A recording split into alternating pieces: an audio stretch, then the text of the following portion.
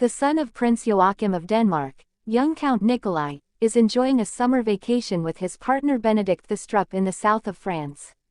This exclusive report immerses you in the intimate life of a modern princely couple, combining relaxation, royal heritage, and personal ambitions. Discover an unexpected side of Danish noble youth and the secrets of a love story that defies protocol. Subscribe, share the video, comment with your thoughts, and ring the bell to stay up to date with royal happenings.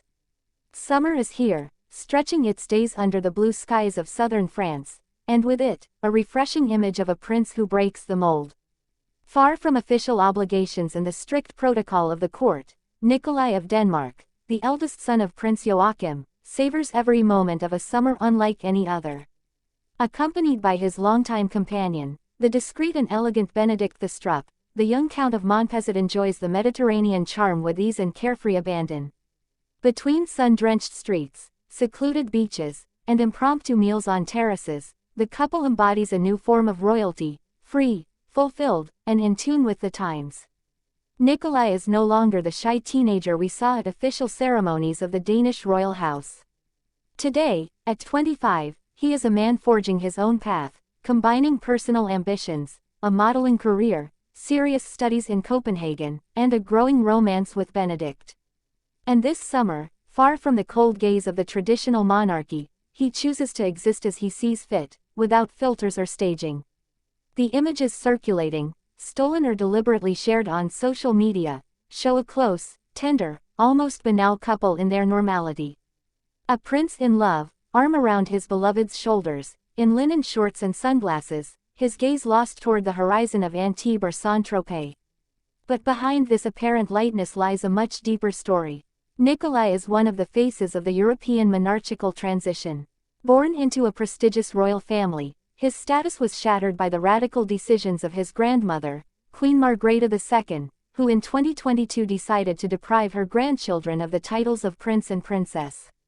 A powerful political gesture, justified by the desire to lighten the burden on the crown and allow the new generation to live a freer life. But for Nikolai, it resonated like a personal wound.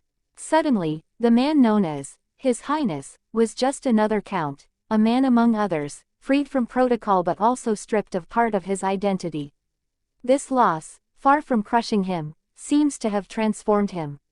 Far from the gilded salons of Amalienburg, it is in the landscapes of Provence that Nikolai finds his balance.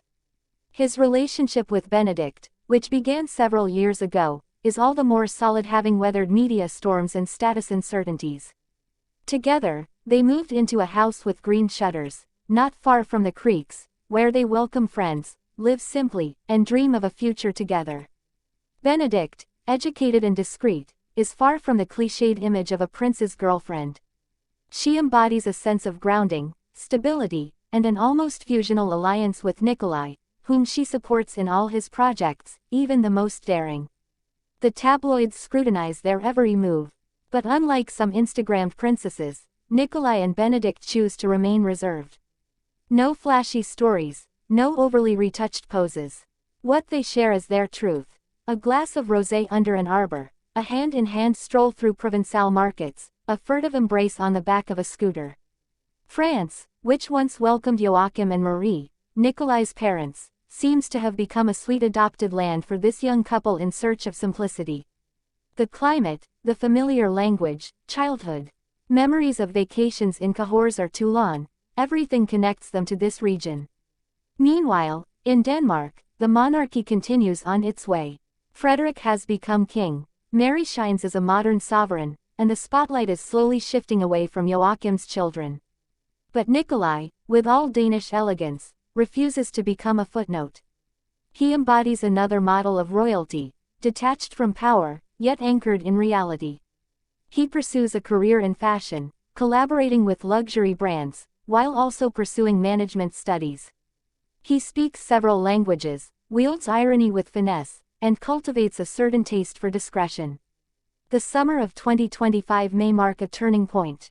More mature, more assertive, Count Nikolai is no longer afraid to be himself. His love for Benedikte, now public, is becoming clear. They appear together at rare official events, but above all, they live far from the royal turmoil. Their relationship is fascinating because it raises questions. Can one be born a prince and choose a simple life, without denying one's origins? Can one love outside the box, without a crown but with fidelity? Each image taken this summer seems to provide the beginnings of an answer. The Danish royal house, long known for its rigidity, is observing this atypical trajectory with kindness. Joachim, in particular, is supporting his son. He himself has settled in Washington with his new wife, and he is familiar with the contradictions of a royal destiny torn between duty and freedom. He knows that his son Nikolai will have to navigate two worlds, that of privileges he did not choose, and that of civilian life he has embraced. But for now, it's summertime. And high above the Côte d'Azur, in the golden evening light, a young royal couple invents their own legend. European royal youth are evolving. They are moving away from state carriages and balls to embrace more universal values: true love, self-respect, personal ambition, and the right to ordinary happiness.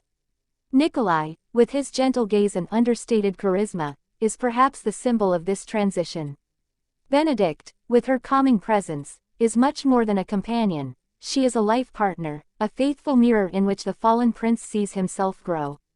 As the sun slowly sets behind the hills of the Var, one question remains: in a world where monarchies are reinventing themselves, will Nikolai and Benedikte succeed in writing their own fairy tale, without palaces or crowns, but with the sincerity of a free and deep love?